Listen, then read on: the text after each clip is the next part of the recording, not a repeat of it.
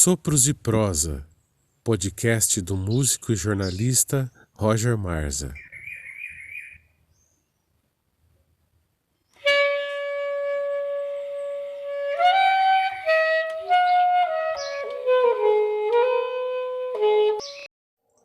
Olá, tudo bem?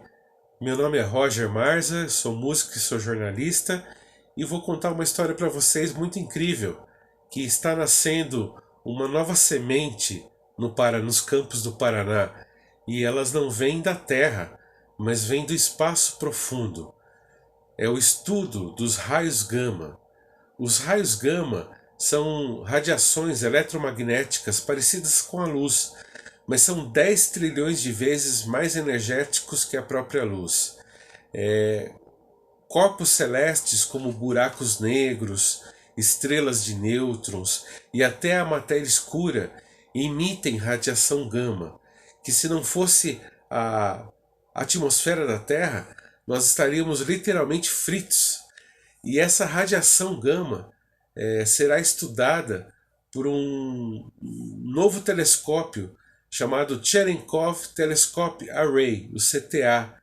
Ele vai contar com cerca de 100 antenas que vão ser capazes de captar essa radiação cósmica em níveis jamais estudados pela ciência, que poderá falar sobre não apenas a constituição da matéria escura, das estrelas de nêutron e aprofundar os conhecimentos sobre os buracos negros, mas também pode ser uma das primeiras pontes de união entre a física, a mecânica quântica e a relatividade de Einstein.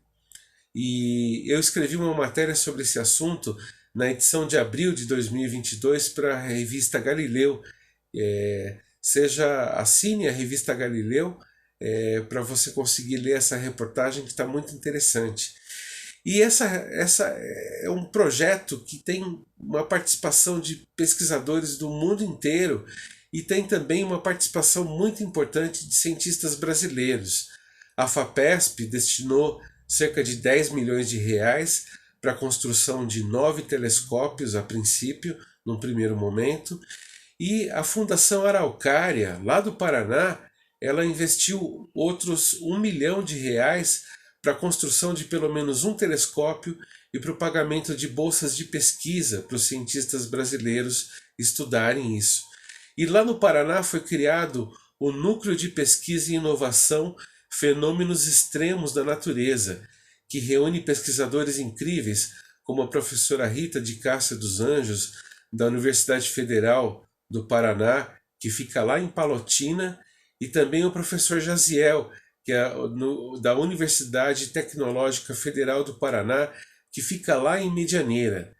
E para falar sobre como um Estado extremamente ligado à questão do desenvolvimento rural, do desenvolvimento do agribusiness, agora começa a se envolver em questões de ciência básica e especialmente no estudo do universo, eu entrevistei o professor Ramiro, que é o presidente da Fundação Araucária, onde ele fala nessa entrevista sobre como ele começou a sua carreira no desenvolvimento dos institutos de pesquisa no Brasil e no Paraná e como ele decidiu apoiar essa pesquisa tão importante para o desenvolvimento da ciência.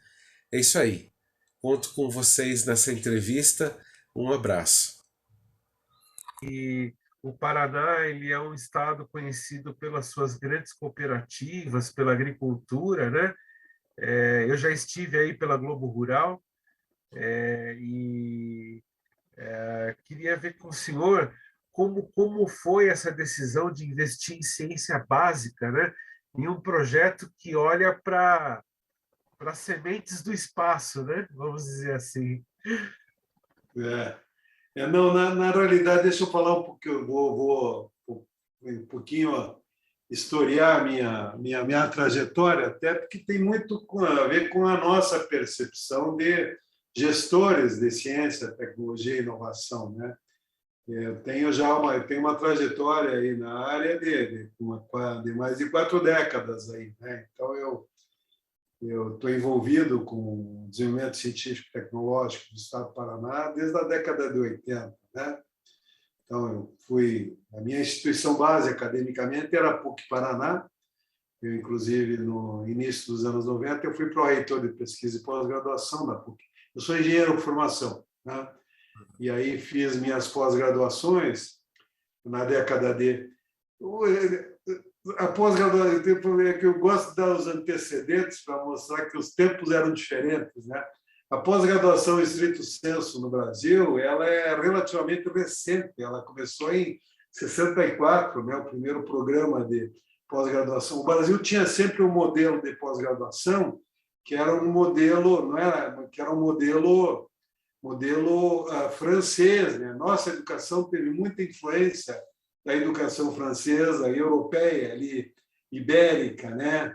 Quer dizer, então, no caso dos franceses, quer dizer, você tinha os chamados lá, no Brasil se chamava de livre docência, mas os franceses tinham os doutores de Estado aí nos anos 60, 70, mesmo 80, a França também teve muita dificuldade para mudar isso. E aí, nos anos 60, aí com aquele programa aí, sempre muito criticado, mas que tem algumas coisas boas aí com a Aliança do Progresso, Aliança para o Progresso, né? Que era o programa da USAID, aí foi 60 e... Não foi no governo militar, as coisas começaram antes, porque, na realidade, houve a implantação da CAPES do CNPq, praticamente no início dos anos 50, depois, em 64, que começou realmente uma trajetória da pós-graduação em estrito senso no Brasil, muito em cima do modelo americano, né? Não mais do modelo francês, né? Então, eu falo isso porque, em 64, eu fui fazer minha primeira pós-graduação em 77, era o Programa Pró-Nuclear Brasileiro, e eu fui bolsista da CNEM, da Comissão Nacional de Energia Nuclear, e fui fazer uma pós-graduação em reatores nucleares, né? Quer dizer, lá na PUC, no Rio. Aí fiz o meu mestrado com bolsa do Pró-Nuclear, mas achei que não ia trabalhar com energia nuclear por causa das questões relativas aí à necessidade da redundância, né?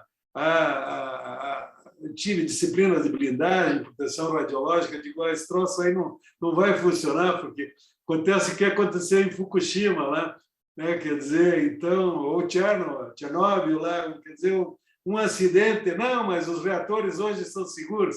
Eles são seguros em parte, porque você não controla a natureza, né? Então, aí você faz que a radiação realmente sai. Então, eu já estava desestimulado com os reatores, comecei a trabalhar com energias renováveis aí no início dos anos 80, quando entrei na PUC Paraná. Me envolvi muito com isso, estou fazendo um resumo, então acompanhei muito essa evolução. Eu vou te mandar até, é muito interessante, porque até me mandaram ontem, nós temos uma instituição chamada CONFAP. O CONFAP é o Conselho das FAPs, tá?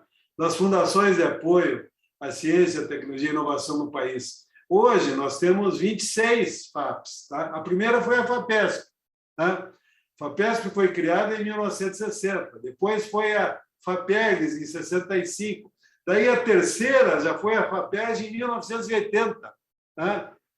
Depois foi a FAPMIG, em 85. E, no final dos anos 80 e pós-constituinte, pós-nova Constituição de 89, abriu-se uma brecha para que os estados vinculassem receita tributária com investimentos em ciência e tecnologia, né? Então, isso... E eu participei desses momentos. Eu lembro que eu era muito jovem ainda, em 88, 89, pós-Constituição, insistindo aqui para que o relator da Constituinte do Estado, naquela época, eu nasci em 54, tinha 35 anos, insistindo porque o relator já me considerava um gestor de ciência e tecnologia. Tá? Então, e aí eu fui insistir com o relator para ter um artigo na Constituição Estadual que pudesse vincular, vamos dizer, vincular investimentos em desenvolvimento científico e tecnológico. E saiu lá o artigo 205 da Constituição Estadual, né? E depois participei também no movimento de regulamentação desse ativo. Então, a Fundação Araucária, por lei, ela foi criada em 98. Veja, a lei é de 89 e ela foi criada, regulamentada por lei em 98. Entre a lei de criar, o que o Estado possibilitasse, a Constituição possibilitasse que o Estado investisse, entre o Estado investir, nós levamos aí cerca de 9 anos, né? Nessa época aí que eu quero dizer, eu tive uma sólida experiência acadêmica até 94, até eu estava fazendo meu doutorado na França, em 94, tive muita possibilidade. Sempre fui muito fuçador, tipo a Rita Anjos aí, sabe? A Rita é uma fuçadora, tá? Ela é uma grande cientista, mas ela é uma conectora, né? Certo? Então, ela é uma conectora, ela se conecta, né? Quer dizer, seja na área das ciências básicas, ou seja na área de ciências aplicadas, o cientista que tem maior valoração é aquele que sabe se conectar, né? Sabe se conectar. Não são todos que têm esse perfil, né?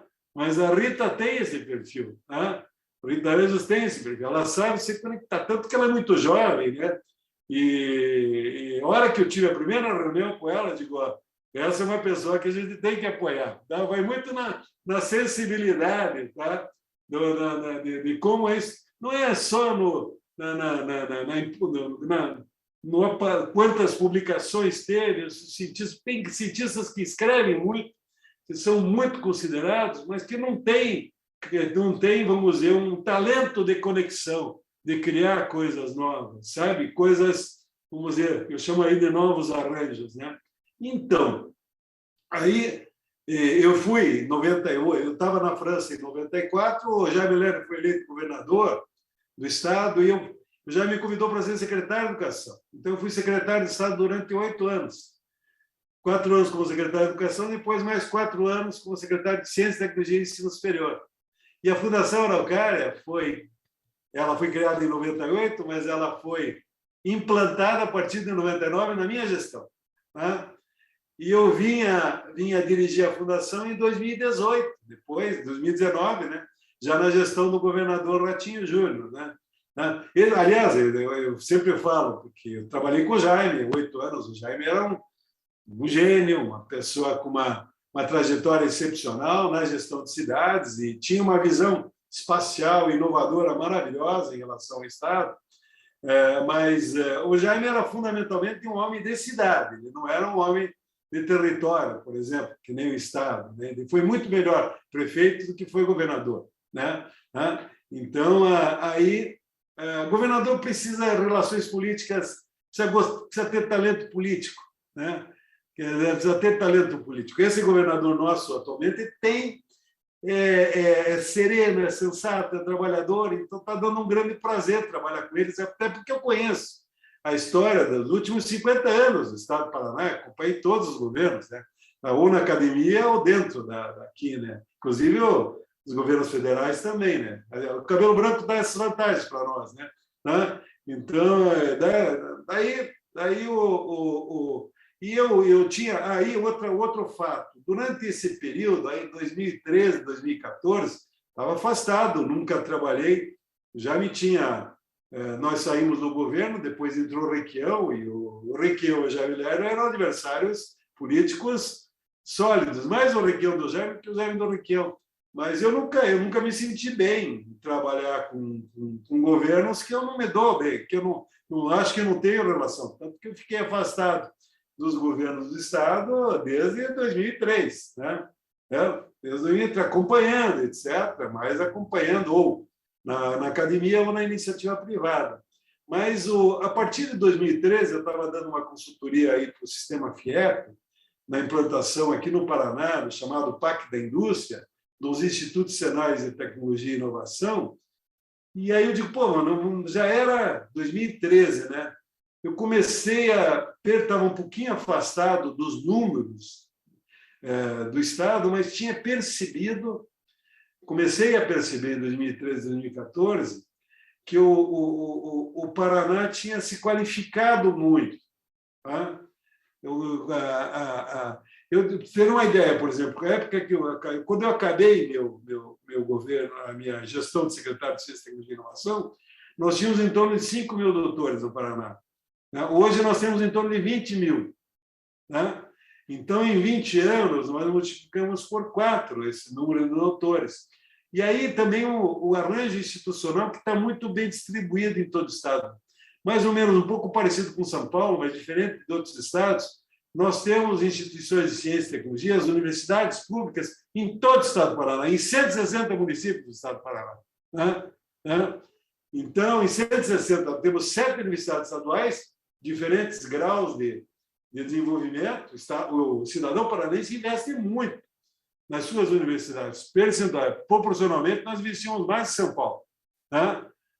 Mais que São Paulo, proporcionalmente, nas suas universidades, na sua estrutura de ciência e tecnologia.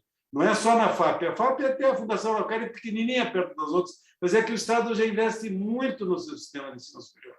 Então, nós temos aí nas instituições do Estado de ciência e tecnologia, nós temos uns 10 mil doutores do Estado. Do Estado. Aqui é metade dos doutores que não é. E também o sistema federal se expandiu, a Universidade Federal resolveu finalmente transformar-se em multicamp nos últimos 20 anos. A UTFPR, que é a única Universidade Federal Tecnológica do país, foi criada em 2005. Depois veio a legislação que criou os institutos federais, lá, e que impediu a criação de novas universidades tecnológicas.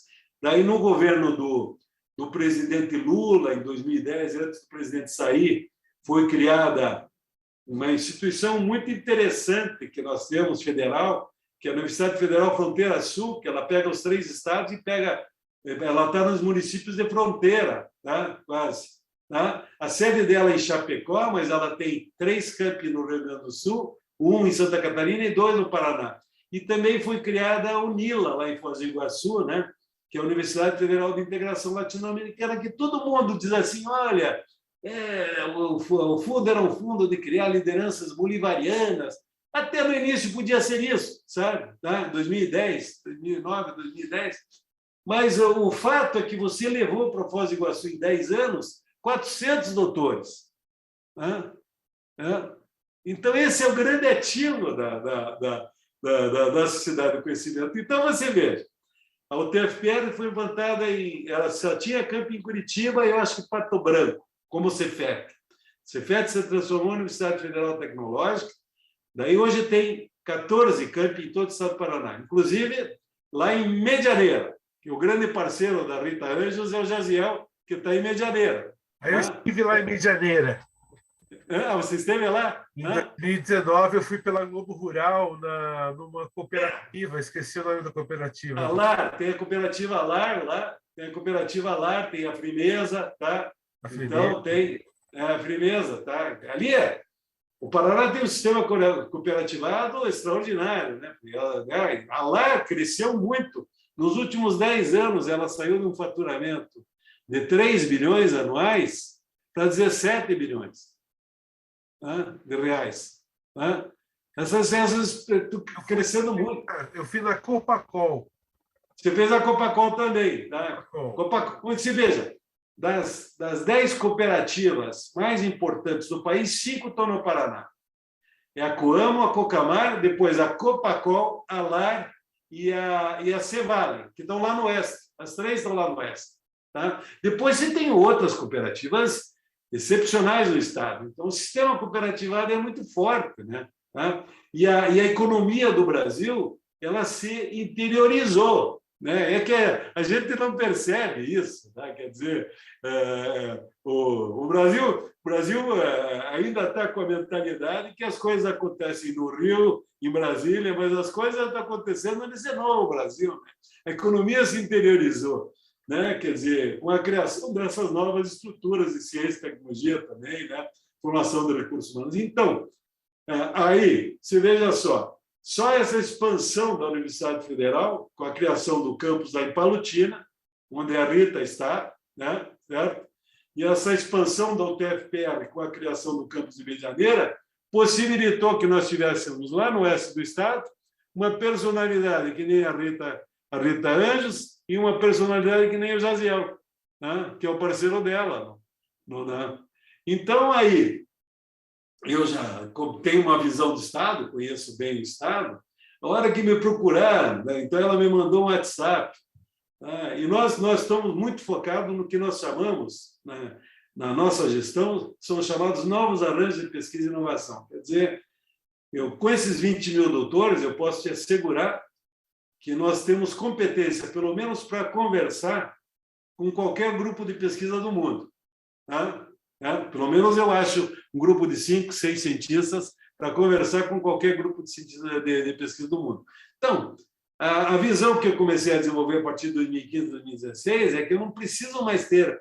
Estamos aí na nova sociedade do conhecimento, da transformação digital, né? Nós não precisamos mais ter essas estruturas verticais, né? Institutos, todo mundo no mesmo lugar. Então, hoje a transformação digital, né, nos possibilita, não é uma rede só, esses novos arranjos de pesquisa e inovação. Inclusive, o Cherenkov Telescope Array, o CPA, é um novo arranjo de pesquisa global, né? Global. Então, quando daí a Rita é muito incisiva, né?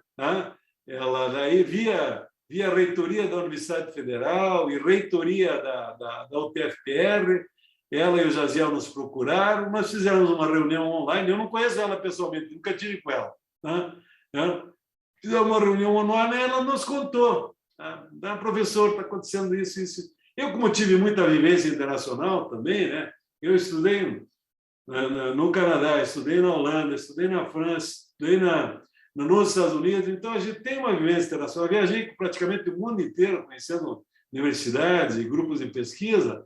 Eu digo, opa, aí tem essas, né? Você aposta muito não só no projeto, você aposta muito nas pessoas, tá? Então, eu digo, não é o caso de ser pesquisa básica ou pesquisa aplicada, né? O caso é que você vê que se tem ali uma joia a ser dilapidada, né? E que precisa ser apoiada. Então, desde o início, desde a primeira reunião, eu já sabia que nós íamos apoiar.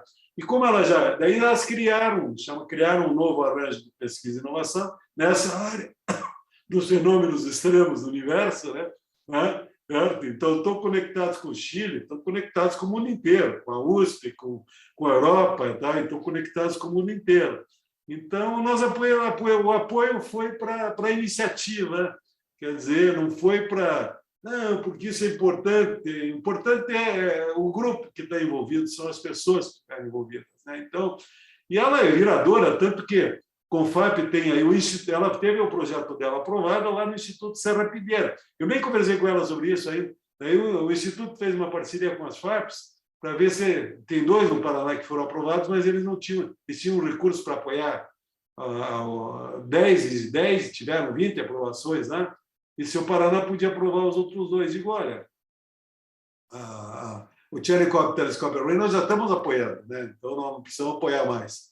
Né? Claro que sempre precisa mais recursos. Mas então esse é o histórico, né? Está muito associado, vamos dizer, não, porque isso é uma coisa importante. Não, ela tem toda a visão que tem que ter da importância, vamos dizer, disso. E, no fundo, eu aposto muito nas pessoas, né? Então, estamos criando vários arranjos aí, novos arranjos de pesquisa e inovação, já temos mais de 3 dezenas em áreas aí muito interessantes, né? Biocombustíveis renováveis, tá? Quer dizer, em taxonomia, programa Tax Online, alguns arranjos têm. Na área de genômica, nós temos um novo arranjo de pesquisa e inovação na área da genômica, que pega aí a saúde e pega o agro, que tem mais de 200 pesquisadores envolvidos no Estado, 200 doutores, né? 200 doutores, né? Então, vamos lançar um grande projeto aí nos próximos 2 meses, chamado Genoma Paraná. Então, a gente tenta otimizar os recursos humanos que nós dispomos, que estão aí envolvidos em muitas instituições. A base ele já tem. Quando se fala de instituição pública, os salários já estão sendo pagos, né? Então, os salários estão sendo pagos. O que eles precisam, em geral, são recursos para custeio e para bolsas, né? Para bolsas, e alguma coisa para equipamentos, como no caso dela, ela tem precisa de recursos para equipamento, senão ela não faz pesquisa. Então, é isso que nós estamos fazendo, né? Então, esse é o resumo da minha relação aí com a Rita e com o Jaziel, né?